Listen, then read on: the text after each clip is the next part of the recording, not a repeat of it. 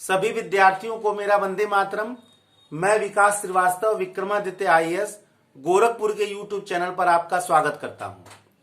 प्यारे विद्यार्थियों, इस समय हमारे चैनल पर जीएस के महत्वपूर्ण प्रश्नों का एमसीक्यू सीरीज चल रहा है और इसके तहत हम लोग ऐसे प्रश्न ले रहे हैं जो सारगर्भित प्रश्न हैं, जो एग्जामिनेशन ओरिएंटेड प्रश्न हैं और ऐसे प्रश्न हैं जो आपके अंदर विषय की समझ विकसित करते हैं। ठीक है, आपको मैंने पहले ही बताया था कि इन प्रश्नों के तहत आपका समझ विकसित होना चाहिए।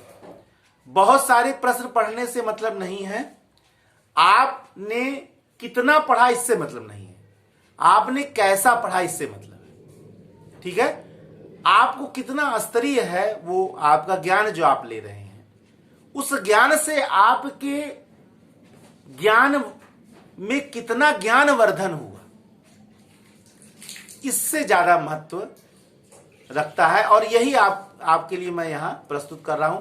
प्रश्न कम ही ले रहा हूं, लेकिन प्रश्न गिनाने में बहुत समय हमें नहीं लगेगा। हम बहुत सारा एक साथ गिना सकते हैं और बहुत सारा बता सकते हैं, लेकिन इससे मेरा मतलब है कि नहीं है। और मेरा मतलब इससे है कि आप जितना जाने बहुत अच्छे से जाने, सारगर्भित जाने और ऐसा जाने कि आप नींद में भी उन प्रश्नों का उत्तर आसानी से दे सकें, सामने वाले को समझा सकें और अपनी परीक्षा को बीट कर सकें।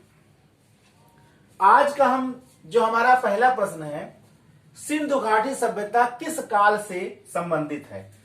प्रागैतिहासिक काल, प्री हिस्ट्री, ऐतिहासिक काल हिस्टोरिक एज, आद्य ऐतिहासिक काल प्रोटो हिस्ट्री एंड उत्तर ऐतिहासिक काल। 4 ऑप्शन है, प्रागैतिहासिक काल, ऐतिहासिक काल, आद्य ऐतिहासिक काल और उत्तर ऐतिहासिक काल। किससे संबंधित है?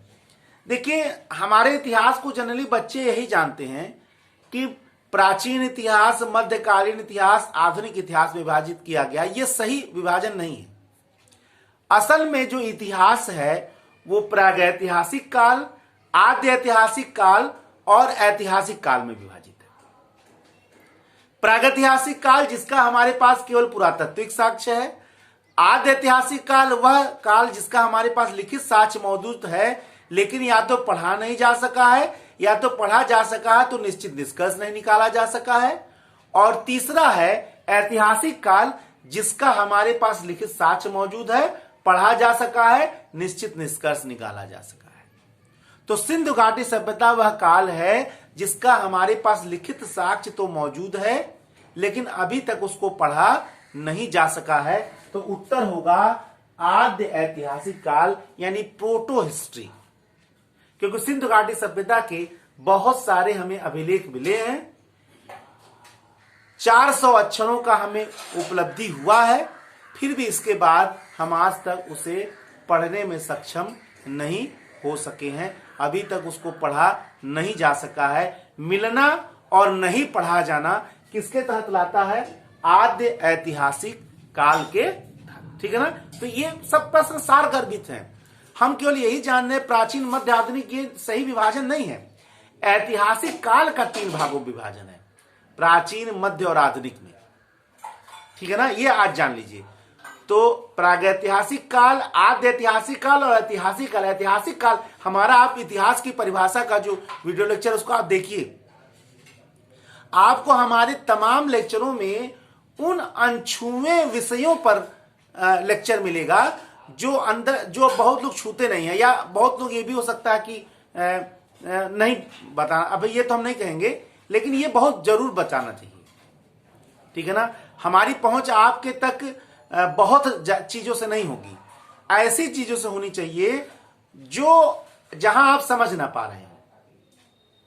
और हमारा काम वही है, किताबों और आपके बीच हमारा काम यही है। एक गुरु का, एक शिक्षक का कार्य यही है कि आपको उन अबोध चीजों को बोध कराए, उन अनछुए चीजों तक आपको पहुंचाए और उनके प्रति आपका समझ विकसित करे।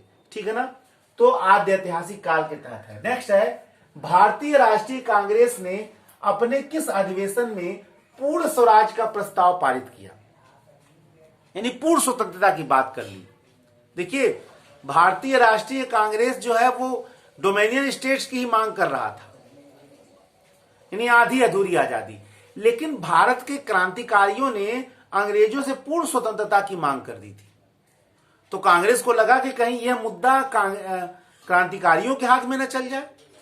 यही कारण है दिसंबर 1929 में कांग्रेस का ऐतिहासिक अधिवेशन हुआ। कहां पर? लाहौर में, रावी नदी के तट पर। और चूंकि यह ऐतिहासिक अधिवेशन था और इसमें बड़े महत्वपूर्ण निर्णय लिए जाने थे, इसलिए चुनाव भी हुआ। पहले स्थान पे अध्यक्ष के लिए चुनाव हुआ। पहले स्थान पे गांधी जी, दूसरे स्थान पे सरदार पटेल और तीसरे स्थान पे नेहरू थे। लेकिन गांधी जी ने पंडित जवाहरलाल नेहरू को अध्यक्ष बनवाया। यानी इस लाहौर अधिवेशन की अध्यक्षता जो है पंडित जवाहरलाल नेहरू ने की और इसी अधिवेशन में पूर्ण स्वराज का प्रस्ताव पास किया गया, लाहौर अधिवेशन में रावी नदी के तट पर। ठीक है ना। अब ऑप्शन में मैंने क्या कह दिया था?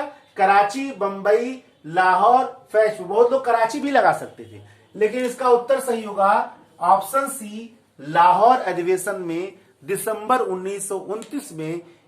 इसी अधिवेशन में जिसकी अध्यक्षता पंडित, ये प्रश्न में आपके एग्जाम में बार बार पूछता, लेकिन इसके पीछे कहानी मैंने आज को बताया कि पूर्ण स्वराज का मुद्दा नहीं था कांग्रेस के पास, डोमिनियन स्टेट्स का मुद्दा था।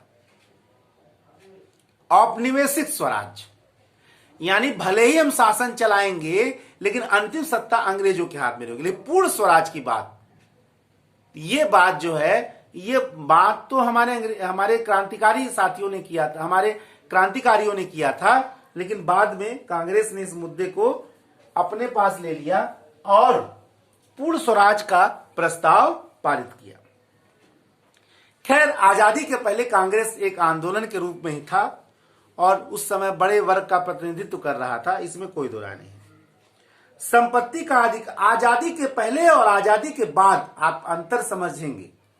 आजादी के पहले और इसी कांग्रेस की ऐतिहासिकता बनी रहे, इसकी महत्ता बनी रहे, इसकी पवित्रता बनी रहे। शायद इसीलिए महात्मा गांधी ने कहा था कि आजादी के बाद कांग्रेस को समाप्त कर देना चाहिए, ताकि लोगों को रहे, पता रहे, याद रहे कि कोई ऐसा एक पार्टी था जिसने देश को आजादी दिलाया। लेकिन सत्ता के लोलुप लोगों ने उसी क्रांतिकारी संघर्ष, उसी स्वतंत्रता काल के संघर्षों का फायदा उठाने के लिए और सत्ता पर बने रहने के लिए कांग्रेस को समाप्त नहीं किया और कांग्रेस चलता रहा। नेक्स्ट प्रश्न है, संपत्ति का अधिकार है एक मौलिक अधिकार, नैसर्गिक अधिकार, वैधानिक अधिकार और कानूनी अधिकार। देखिए, ये तो आप जान ही रहे होंगे कि संपत्ति का अधिकार प्रारंभ में भारतीय संविधान के तहत प्रदत्त 7 मौलिक अधिकारों में एक था। लेकिन ये जो प्रश्न है ये वर्तमान संदर्भ में पूछ रहा है, संपत्ति का अधिकार क्या है? मौलिक अधिकार नहीं है। नैसर्गिक अधिकार जो प्रकृति द्वारा मिले वो भी नहीं है, क्योंकि आप संपत्ति यहीं प्राप्त करते हैं, यहीं कमाते हैं, यहीं पैदा करते हैं। एक गरीब आदमी होता है जो संपत्ति विहीन होता है, संपत्ति प्राप्त करता है, तो संपत्ति नैसर्गिक अधिकार तो हुआ नहीं। वैधानिक अधिकार, जाहिर सी बात है, वैधानिक अधिकार भी विधान द्वारा नहीं बना है। इस समय संपत्ति के अधिकार को बना दिया गया है कानूनी अधिकार। कानूनी अधिकार का मतलब कैसे हो गया ये? क्योंकि 44वें संविधान संशोधन 1978 के तहत संपत्ति के अधिकार को मौलिक अधिकार के श्रेणी से बाहर कर दिया गया और उसे बना दिया गया कानूनी अधिकार। कानूनी अधिकार का मतलब यह हो गया कि अब आप अपने संपत्ति का कोई भी मामला हो, आप कानून के तहत उसकी सारा निर्णय कर सकते हैं। जैसे पहले जब ये मौलिक अधिकार था तो तुरंत आप जो है इसके खिलाफ, इसके लिए सुनवाई, अगर आपकी संपत्ति को कोई हथियाता तो मौलिक अधिकार के तहत सुनवाई होता है। अनुच्छेद 32 के तहत 5 रीटें जारी हो जाती हैं और मौलिक अधिकार इज मस्ट, मौलिक अधिकार को देना ही देना है, कोई उसे रोक नहीं सकता है। इसीलिए अनुच्छेद 32 की बात की गई है। संवैधानिक उपचारों का अधिकार, तुरंत इसका पूरा निर्णय संवैधानिक उपचारों का अधिकार के तहत होता है। अनुच्छेद 226 के तहत हाई कोर्ट इसका इलाज करता है। लेकिन अब ये कानूनी अधिकार हो गया। कानून के तहत जिस तरह आप न्यायालय में जाकर वर्षों मुकदमा लड़ते हैं, उसी तरह अब कानूनी निर्णय होगा संपत्ति के मामले में। तो 44वें संविधान संशोधन से इसको कानूनी अधिकार बना दिया गया। किसको? संपत्ति के अधिकार को। अब ये मौलिक अधिकार नहीं रह गया। पहले ये मौलिक अधिकार था और उसका कारण भी था कि भाई देखिए, अभी देश आजाद हुआ था और बहुत सारे विकास कार्य भी संचालित किए जा रहे थे। तो विकास कार्य संचालित किए जा रहे थे तो बहुत सारे जमींदार जागीरदार लोग थे और जगह जगह उनकी संपत्तियां हुआ करती थी और वो क्या कहते हैं, बाधा भी पैदा करते थे विकास कार्यों में। तो और अगर वो मौलिक अधिकार रहता तो कोई विकास कार्य संचालित हो भी नहीं पाता। तो यही कारण है कि संपत्ति के अधिकार को मौलिक अधिकार के श्रेणी से बाहर कर दिया गया और उसे एक कानूनी अधिकार बना दिया गया। नेक्स्ट है खाद्य पदार्थों के परिरक्षण के लिए, खाद्य पदार्थों के परिरक्षण के लिए, खाद्य पदार्थों के परिरक्षण के लिए किसका प्रयोग किया जाता है, यानी किस अम्ल का या किस रासायनिक तत्व का, पदार्थ का प्रयोग किया जाता है, किसका प्रयोग किया जाता है, यानी for preservation. Number A sodium carbonate, sodium carbonate. Number B acetylene, number C benzoic acid, benzoic अम्ल या बेंजोइक एसिड, और नंबर डी सोडियम क्लोराइड,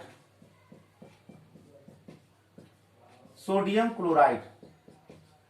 भाई यहां ये बात ये हो रही है कि कौन सा ऐसा रासायनिक पदार्थ है जो खाद्य पदार्थों के परिरक्षण के लिए, प्रिजर्वेशन के लिए प्रयोग में लाया जाता है, यानी ऐसा कोई चीज है जिससे हम खाद्य पदार्थों को बहुत दिन तक सुरक्षित रख सकते हैं।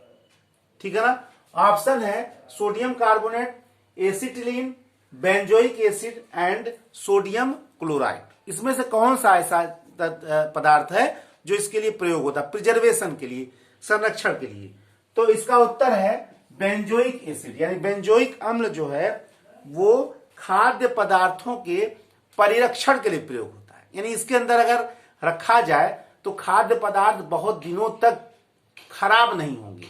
यानी जनरली आप देखते होंगे जितने भी पैकेजिंग चीजें या बहुत सारी चीजें आप देख रहे हैं बिक रहा है आजकल खाद्य पदार्थ, तो जाहिर सी बात है प्रिजर्वेशन तो किया ही गया होगा।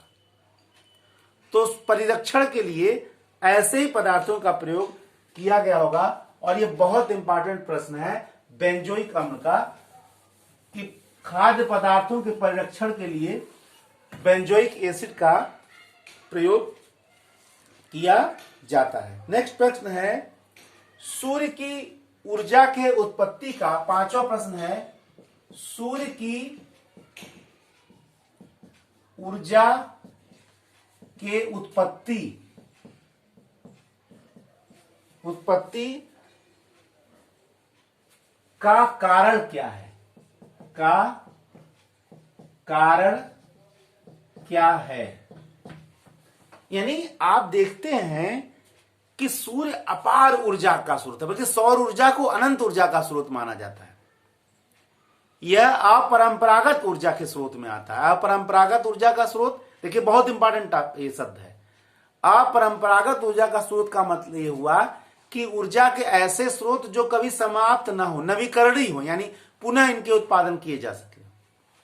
कोयला एक बार नष्ट हुआ तो गया, पेट्रोल एक बार नष्ट हुआ तो गया, लेकिन यह नवीकरणीय संसाधन है और यह संसाधन अपरंपरागत ऊर्जा का स्रोत है, यानी ऊर्जा के अनंत स्रोत है। तो कैसे यह संभव है? कैसे सौर ऊर्जा, तो सूर्य के पास इतनी ऊर्जा आती कहां से? जरा इस आसन को देखा जाए, क्या क्या है? सूर्य के अंदर होने वाला आयनन की क्रिया, आयनन। नंबर बी, नाभिकीय विखंडन, नाभिकीय विखंडन। नंबर सी, अपचयन, अपचयन, रिडक्शन। और नंबर डी, नाभिकीय संलयन।